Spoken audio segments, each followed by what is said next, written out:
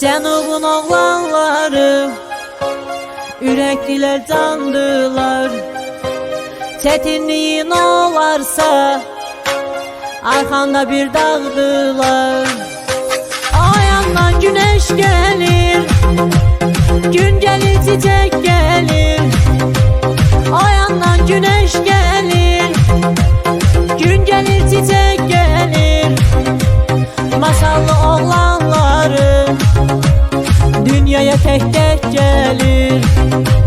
Yardımlı oğlanları dünyaya tek gəlir. Dağda sərin bulaqlar, xoş gəlibdi qonaqlar. Dağda sərin bulaqlar, xoş gəlibdi qonaqlar.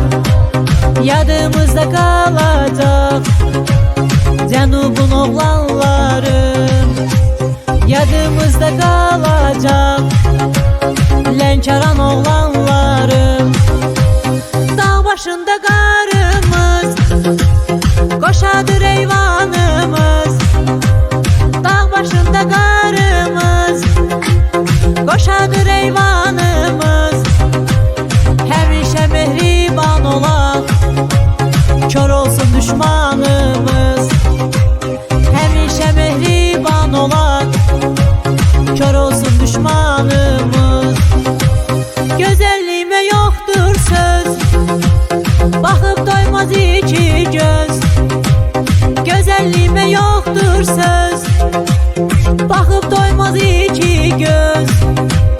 Nahidə güneş kimim, parlayıram həmişə. Nahidə güneş kimim, parlayıram həmişə.